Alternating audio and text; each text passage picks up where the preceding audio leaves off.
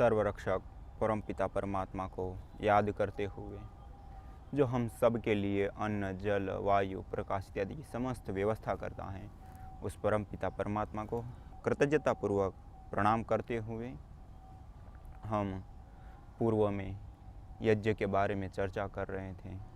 जो ये यज्ञ हैं, जिसका सृष्टि के आदि काल में वेदों के माध्यम से हमको मिला है। सृष्टि के आदि काल में अग्नि, वायु, आदित्य, अंगिरा, इन 4 ऋषियों के पवित्र अंतःकरण में परमपिता परमात्मा के द्वारा प्रदत्त ज्ञान को वेद कहते हैं। और उसी वेद में जो यज्ञ का विधान किया गया है, उस यज्ञ के बारे में हम जान रहे थे। इसीलिए तो कहा है अयम यज्ञो भुवनस्य नाभिः। ये जो यज्ञ है वो सारा जो भूमंडल है, सारा जो ब्रह्मांड है, उसकी नाभि है। यज्ञो वै श्रेष्ठतमम कर्म। इस धरती पर जितने भी कर्म हैं, उन सारे कर्मों में सबसे श्रेष्ठतम कोई कर्म है तो है यज्ञ। इसलिए इस यज्ञ की इतनी सारी महिमा है कि उसका कोई बात ही नहीं कर सकते। बहुत सारी महिमा, बहुत सारी। इसलिए ये जो यज्ञ है उसको हम अच्छी प्रकार से समझे, उस यज्ञ को हम अपने कर्म में लाएं। और फिर जब हम उस तरीके से हम कर्म करेंगे, यज्ञ भाव से कर्म करेंगे, यज्ञ रूप कर्म करेंगे, तो हमारा कल्याण होगा। हम निःश्रेयस को प्राप्त करेंगे, अपवर्ग को, मोक्ष को प्राप्त करेंगे। और उसके साथ साथ जैसे आपको कल भी बताया था कि हम जो कर्म करते हैं, उस कर्म के माध्यम से यदि किसी को सुख पहुंच रहा है, शांति पहुंच रही है, लाभ पहुंच रहा है, तो उससे हमारा पुण्य बनता है। और इसी प्रकार से जिस कर्म को करने से किसी को दुख, कष्ट, बाधा, पीड़ा या अधर्म फैलता है, तो पाप रूप कर्म होते हैं।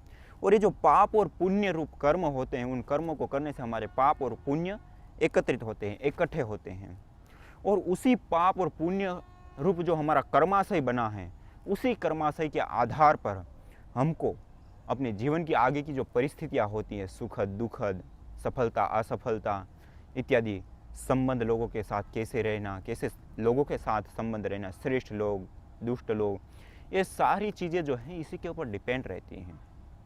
और इसके साथ साथ हम जब अगले जन्म में जाते हैं, मृत्यु के बाद जब आगे हम प्रस्थान करते हैं, तब भी ये जो पुण्य हैं उसी के तहत हम आगे उन्नति करते हैं या पीछे हटते हैं।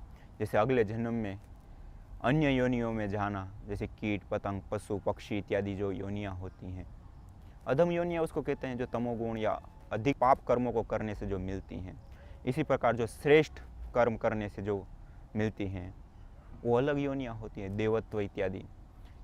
इसलिए हम क्या चाहते हैं, या फिर वापस हमारा जो मनुष्य जन्म आता है, तो उसमें भी यदि हमको कैसे ज्ञानी माता पिता मिलना या अज्ञानी माता पिता मिलना, या गुरुजन श्रेष्ठ मिलना या श्रेष्ठ ना मिलना गुरुजनों का, या फिर हमारे जीवन की जो अन्य परिस्थितियाँ होती है वो अच्छी मिलना या अच्छी ना मिलना, या फिर उसके साथ साथ जो हमारा ऐश्वर्य इत्यादि भी होता है। जैसे किसी को जन्म होते ही बहुत ही ऐश्वर्यवान होता है माता पिता के कारण, और कोई बिल्कुल गरीब घर में पैदा होता है, तो उसका भी जो मूल आधार है वो अपना ही कर्माशय होता है। हमने अगले जन्मों में जो पाप और पुण्य रूप हमने कर्म कर रखे, जो हमने अपने संस्कार बना रखे शुभ अशुभ, उसी के तहत हमको ये सारी चीज़ मिलती हैं। इसलिए हम जो भी कर्म करते हैं वो कर्म प्रधान होता है। हमको आगे की परिस्थितियाँ या आगे का जन्म, आगे का जो हमारा विकास है, उन सब में वो निमित्त बनता है। इसलिए हम जो भी कर्म करें उसको पहले सोचें, विचारें। सोच विचार करने के बाद फिर उस कर्म में प्रवृत्त होते हैं, सही तरीके से हम उस कर्म को करते हैं। इसलिए तो कहते हैं ना, जो कर्म होता है वो वस्तु प्राप्ति के लिए नहीं होता है, वो चित्त की शुद्धि के लिए होता है। इसलिए हम जो भी कर्म कर रहे हैं, उस कर्म को करने से पहले हम स्वतंत्र होते हैं। हम करें या ना करें, उसको सोचना, विचारना कि ये करने लायक कर्म है या नहीं है, ये कुकर्म है या सुकर्म है, अच्छा कर्म है, इस कर्म को करने से कितने लोगों को लाभ पहुंचेगा, सुख पहुंचेगा, शांति मिलेगा, कितना धर्म फैलेगा, या फिर इस कर्म को करने से कितना हानि होगी, कितना अधर्म होगा, कितने लोगों को दुख, कष्ट, बाधा, पीड़ा पहुंचेगी। इन सब का सोच विचार करने के बाद हम जब कर्म में प्रवृत्त होते हैं तो हमारा उद्धार होता है, हमारा कल्याण होता है। इसलिए कोई भी कर्म है इस धरती का, जो भी कर्म हम करते हैं, उस कर्म में प्रवृत्त होने से पहले हम 10 बार सोच ले, 10 बार विचार कर ले कि कर्म का परिणाम क्या होगा। वास्तव में यदि हम परिणाम को नहीं विचारेंगे, यदि हम परिणाम तक हम नहीं सोचेंगे, नहीं चिंतन करेंगे, तो वो हमारा जो कर्म है वो हमको बंधन में भी डालने वाला हो सकता है। क्योंकि हम जो कर्म करते हैं उसके माध्यम से हमको पाप पुण्य रूप कर्माशय तो बनता ही बनता है, उसके आधार पर ये सारी परिस्थितियाँ इत्यादि बताई। लेकिन उसके साथ साथ हमारे जो भीतर चित्त हैं उसमें संस्कार भी अंकित होते हैं। उस संस्कारों के तहत हम जब अगले जन्म में प्रयाण करते हैं, आगे जब जाते हैं, तो हमारा जो सूक्ष्म शरीर होता है उसमें अंकित होकर के जाते हैं। इसीलिए तो ये जो सृष्टि में विविधता जो हमको दिखाई दे रही है कि कोई अलग क्षेत्र में पूरा आध्यात्मिक जीवन जीना चाहता है, पूरा शांतिपूर्ण जीवन जीना चाहता है, किसी को दुख कष्ट बाधा पीड़ा पहुंचाना नहीं चाहता है। और कोई व्यक्ति को देखेंगे तो दूसरों को दुख कष्ट बाधा पीड़ा पहुंचाने में भी उसको सुख मिलता है। जैसे आतंकवादियों को देखें, दूसरों को मारने में वो अपना सौभाग्य समझते हैं, दूसरों को मारने में वो अपना कल्याण समझते हैं। क्यों ऐसा कुकर्म करते हैं जो लाखों लाखों लोगों को कष्ट पहुंचाते हैं, पीड़ा पहुंचाते हैं, हजारों लोगों को मार भी देते हैं, उसको तो कोई दुख कष्ट नहीं होता उस समय। लेकिन उसका जो परिणाम होता है उस कर्म का, वो इतना भयावह होता है कि व्यक्ति सोच भी नहीं सकता कि हम इतने सारे कष्ट में जा रहे हैं इस कर्म को करके। इसलिए जो छोटे मोटे कर्म होते हैं, हम जो भी कर्म कर रहे हैं उसको पहले सोचें, उसको विचार करें कि क्या इस कर्म का परिणाम क्या होगा वास्तव में। इसलिए ये जो शास्त्र होते हैं वो शास्त्र हमको एक गति देते हैं, ये शास्त्र हमको एक सोचने की, एक विचारने की एक क्षमता प्रदान करते हैं, एक दिशा प्रदान करते हैं कि देखो ऐसे ऐसे भी सोचना होता है। जैसे हम वर्तमान में देखें, हम जो भी कर्म में प्रवृत्त होते हैं तो वहाँ हम अपने जो पूर्व में जो हम कर्म कर चुके हैं उसके अनुसार हमारे चित्त में जो संस्कार अंकित हुए हैं, उस संस्कार के तहत हम आगे कर्मों में प्रवृत्त होते हैं। इसलिए तो संसार में इतनी विभिन्नता दिखाई देती है। आध्यात्मिक कर्मों में प्रवृत्त होता है, आध्यात्मिक जीवन में प्रेरित होता है, कोई राजनीतिक जीवन में प्रेरित होता है, कोई सामाजिक कर्मों को करने में प्रेरित होता है, या फिर इसी प्रकार से विविध प्रकार के जो कर्म में, कोई उद्योग इत्यादि लगाने में, कोई अन्य अन्य कर्मों को करने में जो प्रवृत्त होता है, उसके पीछे उनका संस्कार जो होते हैं वो निमित्त होते हैं। उन्हीं संस्कारों के कारण व्यक्ति विभिन्न प्रकार के कर्मों में प्रवृत्त होता है और वो संस्कार जो है वो बनते हैं हमारे कर्मों के माध्यम से। हम जो भी कर्म करते हैं उसकी एक छाप, एक अंकित होने लगते हैं संस्कार, और उसी के आधार पर हम आगे अपना जीवन या अपना भविष्य बनता है, तय होता है, तैयार होता है। इसलिए हम जो भी कर्म करें उसमें अच्छे कर्म को चुनें, श्रेष्ठ कर्मों को चुनें। और उन कर्मों में वेद कहता है यज्ञो वै श्रेष्ठ तमम कर्म, जो यज्ञ हैं इस धरती पर जितने भी कर्म हैं, जो भी काम है, उन सब कर्मों में सबसे श्रेष्ठ कर्म है।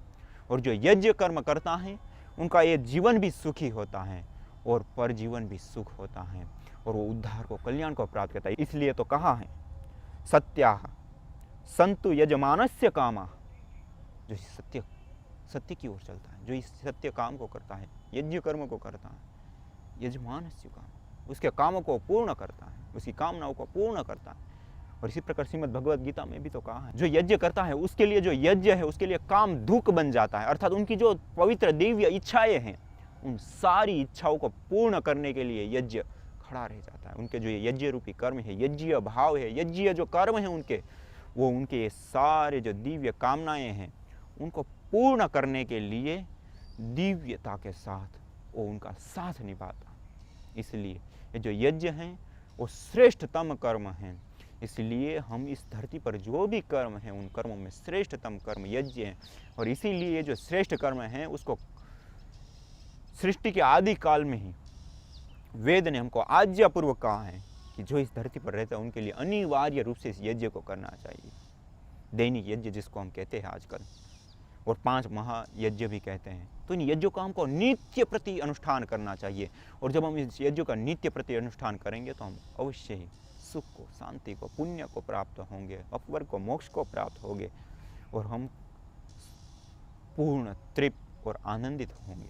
इसलिए ये जो यज्ञ है उसको हमको नित्य प्रति करना चाहिए। और उसके बारे में हमने पहले भी जाना कि यज्ञ है एक छोटा सा कर्म है, उसके माध्यम से कितने लाभ होते हैं, जैसे कृषि के लिए बताएं, इसी प्रकार से वायुमंडल की शुद्धि के लिए बताएं, इसी प्रकार के जो फल फूल औषधियाँ वनस्पतियाँ होती है उसके लिए भी होता है यज्ञ लाभकारी। इस कई सारे इसके लाभ है, सारी बीमारियों को दूर करता है, दूषित वातावरण को दूर करता है। इसलिए ये जो यज्ञ है इसके तो जो लाभ है वो तो हम गिना भी नहीं सकते, इतने सारे लाभ होते हैं। प्रत्यक्ष भी बहुत सारे, ये तो जो हम गिना सकते हो तो प्रत्यक्ष गिना सकते हैं, लेकिन परोक्ष भी इतने सारे लाभ होते हैं। स्वर्ग की कामना करने वाले को यज्ञ करना चाहिए। जो सुख की इच्छा करता है, सुख की कामना करता है, स्वर्ग मानी सुख विशेष, जहाँ सुख ही सुख हो, स्वर्ग विशेष की कामना मानी सुख विशेष की कामना करने वाले व्यक्ति को यज्ञ कर्म करना चाहिए। वो जो यज्ञ है उससे उनको पुण्य अर्जित होगी और उस पुण्य के आधार पर उनको सुख स्वर्ग प्राप्त होगा। इसलिए ये जो यज्ञ है वो श्रेष्ठतम कर्म है। और ये जो यज्ञ है उसके बारे में, उस यज्ञ का जो शब्दार्थ है, वो यज्ञ का अर्थ क्या है, उसके बारे में जो शास्त्र में कहा गया है उसके बारे में आइए जानते हैं हम लोग कि ये जो यज्ञ है वो क्या है वास्तव में। और यज्ञ के बारे में ऋषियों का क्या दर्शन है, ऋषियों की क्या दृष्टि है, ऋषियों का क्या अनुसंधान है, उसके बारे में आइए हम जानते हैं। येन सदनुष्ठानेन इंद्र प्रभृतयोः देवा सुप्रसन्नाः सुवृष्टिः कर्तुस्तद् यज्ञपदाभिधेयम्। अर्थात कहना चाह रहे ये न जिसके द्वारा सदनुष्ठानेन, जिस सदनुष्ठान से, जिस श्रेष्ठ कर्म से इंद्र प्रभृतयोः देवा, जो इंद्र हैं जो, और जो प्रभृति या देवा, प्रभृति जो देव हैं अर्थात वृष्टि प्रदान करने वाले उस यज्ञ देवता को, जिसका सदनुष्ठान करने से वो इंद्र प्रसन्न होता है, वृष्टि को देता है, उस प्रभु के प्रति हम आहुति दे जो हमको वृष्टि देता है, उसको कहते हैं यज्ञ। इसी प्रकार येन अनुष्ठानेन स्वर्गादि प्राप्ति ही सुलभा स्यात् तद यज्ञ पदाभिधेयम्। अर्थात येन सदनुष्ठानेन, जिस सदनुष्ठान से, जिस श्रेष्ठ कर्म से स्वर्गादि प्राप्ति ही, जिसे स्वर्ग आदि की प्राप्ति, जैसे आपको पहले बताया ना, स्वर्ग विशेष, स्वर्ग मानी सुख विशेष की प्राप्ति, विशेष जहाँ सुख ही सुख हो, विविध प्रकार के भोग ऐश्वर्य हो, इसको कहते हैं स्वर्ग आदि। स्वर्ग आदि की प्राप्ति होती है जिस कर्म से सुलभा स्यात् तद यज्ञ पदाभिधेयम्। और जहाँ शुभ हमारी कामनाएं होती हैं, वो पूर्ण होती हैं, उसको कहते हैं यज्ञ। जिस काम, जिस श्रेष्ठ कर्म को करने से इंद्र प्रसन्न होता हो, इंद्र वृष्टि को प्रदान करता हो, जिस श्रेष्ठ कर्म से स्वर्ग आदि की प्राप्ति होती हो, उसके लिए जो कर्म किया जाए वो यज्ञीय कर्म है। इसी प्रकार येन सदनुष्ठानेन संपूर्णं विश्वं कल्याणं भजेत तद यज्ञ पदाभिधेयम्। अर्थात जिस श्रेष्ठ अनुष्ठान से, जिस श्रेष्ठ कर्म से संपूर्णम विश्वम कल्याणम, संपूर्णम पूरे विश्व का, विश्वम पूरे विश्व का जिससे कल्याण होता हो, पूरे विश्व का जिससे उपकार होता हो, पूरे विश्व में जिससे सुख शांति समृद्धि फैलती हो, जिस कर्म से, उस कर्म का नाम है यज्ञ। इसी प्रकार येन सदनुष्ठानेन, जिस सदनुष्ठान से आध्यात्मिक, आधिदैविक, आधि भौतिक तापत्रयोन्मूलनम सुकरम स्यात् तद यज्ञ पदाभिधेयम्। अर्थात जिस कर्म, येन सदनुष्ठानेन, जिस श्रेष्ठ कर्म से, दिव्य कर्म से, भागवत कर्म से आध्यात्मिक, आधिदैविक और आधि भौतिक, इन तीन दुखों का जिससे अत्यंत निवृत्ति होती है, इसका जिससे ये जो तीनों दुख हैं वो जिससे दूर होते हैं, उस कर्म का नाम है यज्ञ। ये जो तीन बताएं, आध्यात्मिक, आधिदैविक और आधि भौतिक, ये जो आध्यात्मिक, आधिदैविक और आधि भौतिक, ये तीन प्रकार के दुख होते हैं। जैसे महर्षि कपिल जी ने सांख्य शास्त्र में प्रथम ही सूत्र में लिखा है, अथ त्रिविध दुख अत्यंत निवृत्ति अत्यंत पुरुषार्थ है। अर्थात जो हमारे जीवन में 3 प्रकार के दुख है, आध्यात्मिक, आधिदैविक और आधि भौतिक, इन 3 प्रकार के दुखों की जो अत्यंत निवृत्ति है उसको कहते हैं मोक्ष, उसको कहते हैं अपवर्ग। अर्थात हमारे जीवन की जिसमें पूर्णता है, हमारे जीवन की जिसमें परिणति है, अंत है, उस कर्म को कहते हैं यज्ञ। इसलिए यहाँ पे जो ये 3 दुख का है, इसका अर्थ है हमारे जीवन में जो विभिन्न प्रकार के जो दुख आते हैं, कष्ट आते हैं, बाधाएं आती है, पीड़ाएं आती हैं, उसको महर्षि कपिल जी ने 3 विभागों में, 3 कैटेगरीज में उसको बांट दिया है। जैसे आध्यात्मिक मानी जो हमारे से रिलेटेड दुख होते हैं, व्यक्तिगत रूप से हमारे मन के रिलेटेड होने से, वो 2 प्रकार के होते हैं, एक तो शारीरिक और एक मानसिक, जिसको आयुर्वेद में भी इसी प्रकार से कहा गया है, समदोषा समाग्निश्च समधातु मलक्रिया प्रसन्न आत्मेन्द्रिय मन स्वस्थ इत्यादि। स्वस्थ व्यक्ति कौन है? तो इसलिए सम है दोष जिसके, समदोषा समाग्निश्च जठाग्नि जिसके सम, समदोषा समाग्निश्च सम धातु मलह क्रिया। सम है धातुएं, हमारे शरीर में जो रस, रक्त, मांस, मेद, मज्जा, अस्थि इत्यादि जो धातुएं होती हैं वो सम है, सम धातु।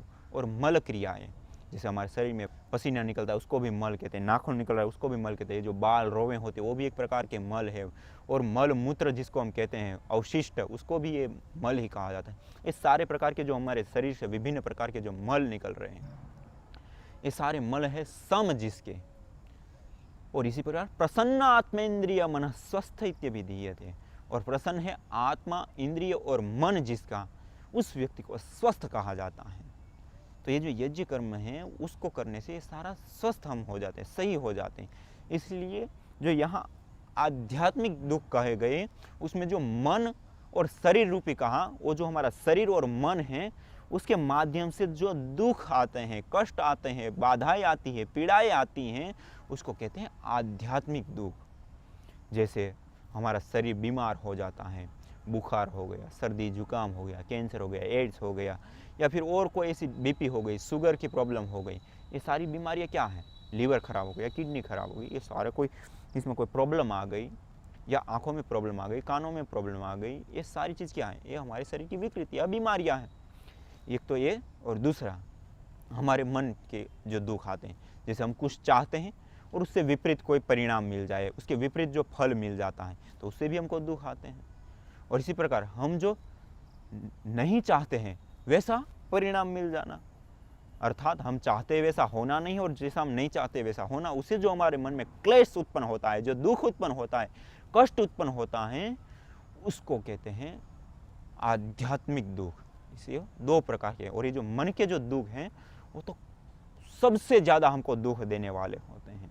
व्यक्ति को ऐसे कोई हमको दिखता नहीं, लेकिन वो मन ही मन इतना पीड़ित होता है, इतना क्लेशित होता है। इसलिए तो जैसे हम दुनिया में देखते हैं कि कई लोग आत्महत्या करने के लिए, वैसे सामान्य रूप से देखें तो किसी को आप गला दबाएंगे या किसी को आप मारने की कोशिश करेंगे, तो हर ओर से कोशिश करता है बचने की, कैसे भी करके बचा जाए।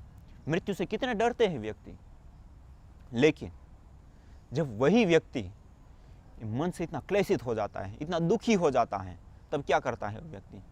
उसी ओर जाकर के उस मौत के मुंह में उसी मृत्यु को आगमन देता है, फांसी खा लेता है, पानी में डूब जाता है, कोई ऐसी जहरीली दवाई खा लेता है, उसके कारण मौत के घाट उतर जाता है, उसी को चाहने लगता है। तो कितना वो क्लेशित होता है, तब जाकर के जिस मृत्यु से हम भागते हैं उसी को स्वीकार करता है, सामने जाकर के उसको मुंह में जाता है, मौत के मुंह में जाता है।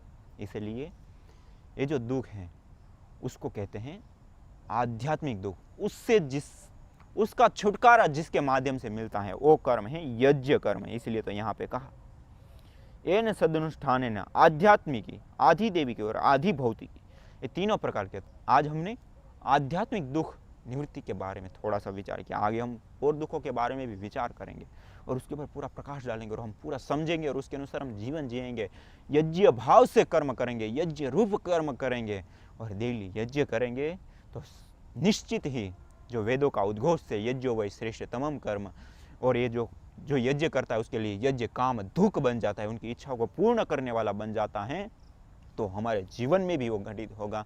तो आज इतना ही, इसी के साथ ओम शांति शांति शांति।